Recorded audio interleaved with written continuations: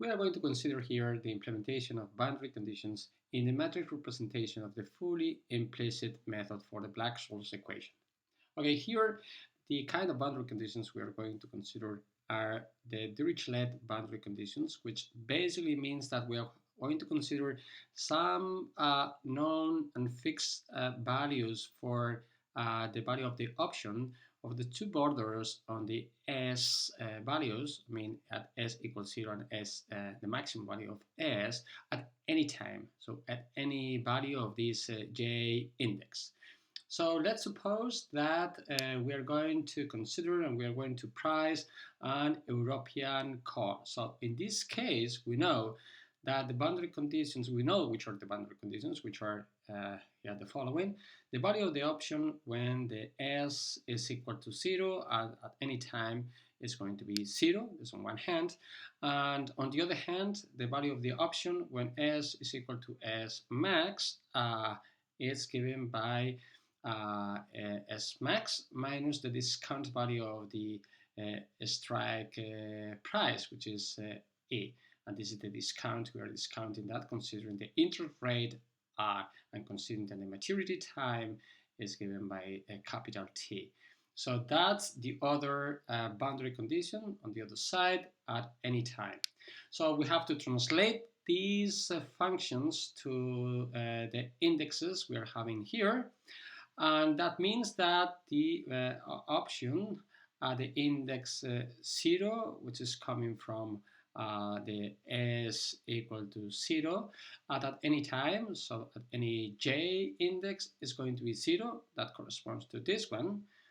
And on the other hand, on the other side, we have that the value of the option when the index corresponding to the S variable is an S, which is the maximum index we have on the S variable, at any time, so any J index will be given by this one, where this is the maximum S, and this is the discounted value of the E.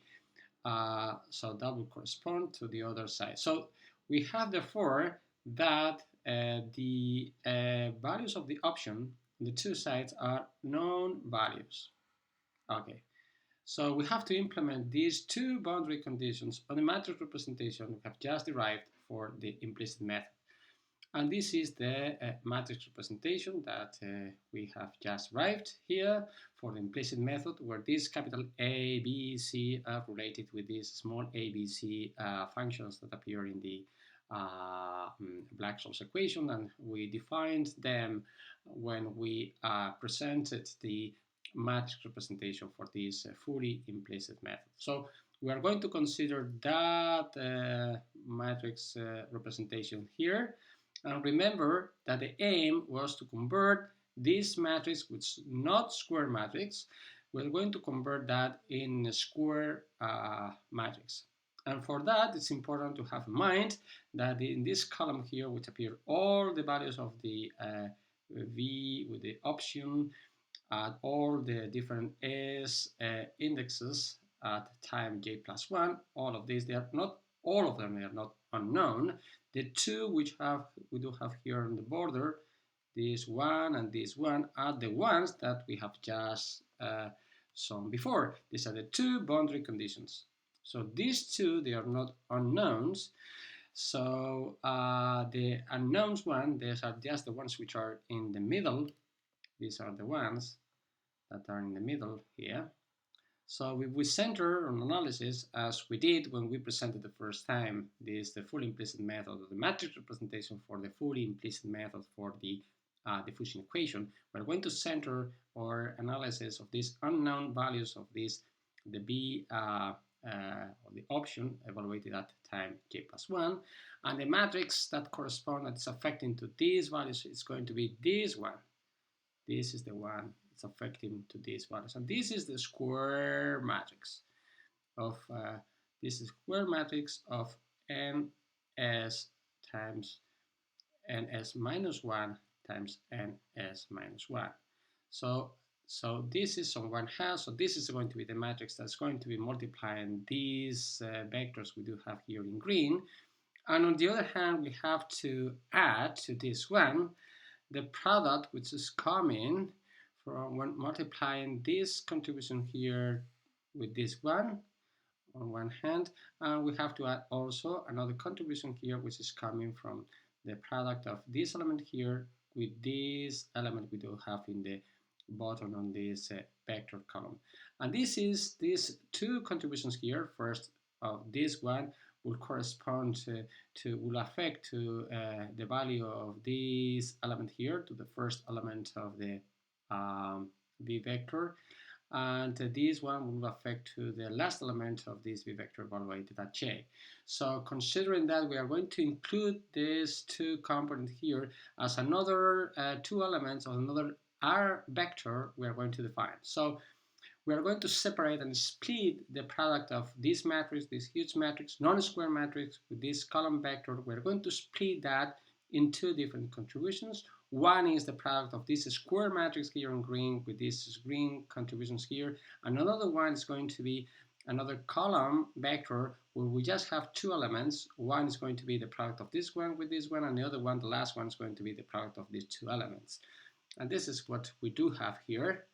So here we have, this is the square matrix here that we're going to call it the M matrix. Here we do have on the left, remember that on the left we'll have everything which depends on j plus 1, which is going to multiply this v vector that has ms minus 1 elements, or just the unknown elements of this option, which are evaluated at j plus 1. Plus another column vector, which in this case it has just two elements here, the ones we have just mentioned before, and the ones are here evaluated at j plus 1. It's also on the left, that's why we have this superscript, and that's going to be equal to this column vector. We have these ns minus 1 elements evaluated at time j. So remember, this column vector is a known function, so the only unknown one is this one. So, and the aim here is just to clear an expression for this column vector. And in order to do that, in this case, it's quite simple because we already have this M matrix as a square matrix, so we can calculate the inverse of this square matrix. And the process of clearing an expression for this column vector is quite straightforward. For that, we have to pass this column to the other side. It goes with negative, as it's shown here. And on the other hand, we have this matrix which is multiplying this vector. It goes to the other side as the inverse of this matrix. So if doing that, that's the result we have. So here we have the expression for the v vector evaluated at time j plus 1 as a function of the b vectors evaluated at time j, so the previous time, some other components, some other vectors like the some other matrices, a matrix which has known elements, and these ones is a column vector that also depends on the j plus 1. It also has a component, known components, because here it has the contributions of these both boundary conditions which are already known. So that's the matrix representation, including implementing the boundary conditions, in this case, these Dirichlet boundary conditions that, for example, we have shown that's the case of a color option or the put option. In this case, we have shown just the color option that we can use in order to solve that, considering that particular two boundary conditions.